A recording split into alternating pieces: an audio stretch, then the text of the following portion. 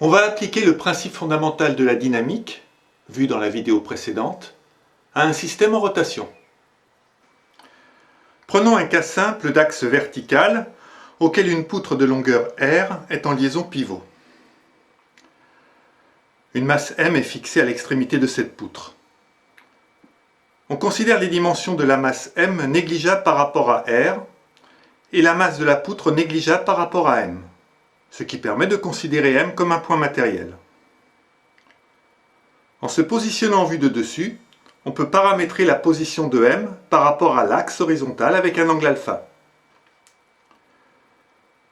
Le point matériel décrit un cercle autour de O. On lui applique une force F constante en intensité et de direction tangente au cercle.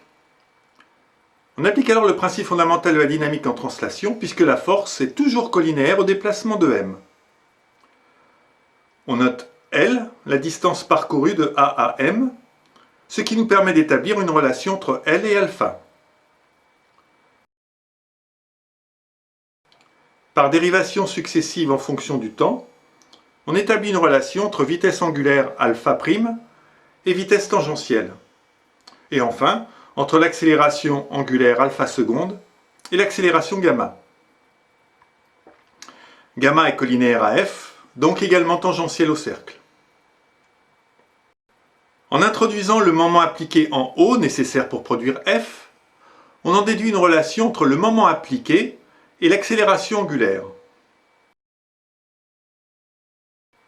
On note J la quantité mR2. C'est le moment d'inertie du système qui s'exprime en kilogrammes mètre carré et qui traduit la plus ou moins grande difficulté à communiquer une accélération angulaire à un solide. Il est l'équivalent de la masse qu'on appelle aussi inertie pour un mouvement en translation.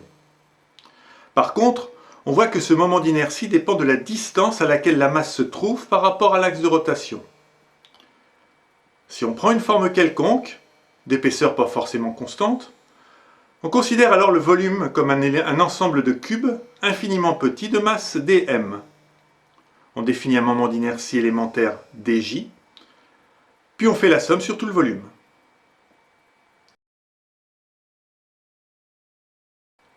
Prenons un exemple simple. Un disque plein de masse m et d'épaisseur constante e. Mu est la masse volumique du matériau. En passant en coordonnées cylindriques, l'intégrale triple se calcule facilement et on obtient 1/2 de mR2 pour le moment d'inertie. Ce moment d'inertie est celui calculé au centre de gravité du disque. Si on fait tourner le disque autour d'un axe O' distant de D de O, on calcule le moment d'inertie à partir du théorème de Huygens.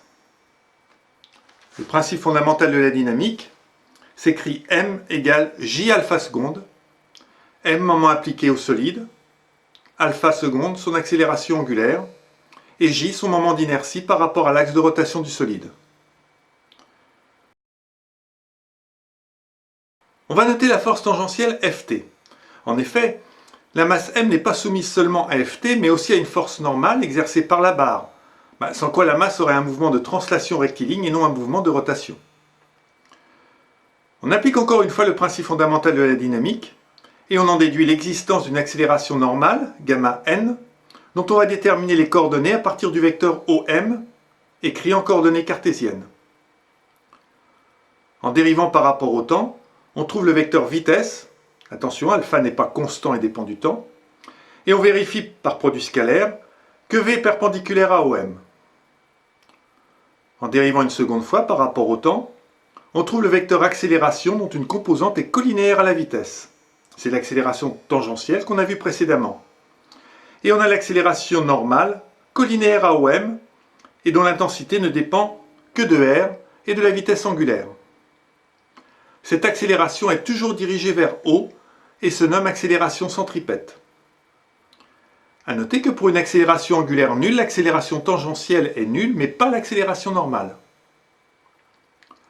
Si on se place dans le cas d'une trajectoire quelconque, le point matériel est soumis à une accélération tangentielle qui modifie sa vitesse et à une accélération normale qui modifie sa trajectoire.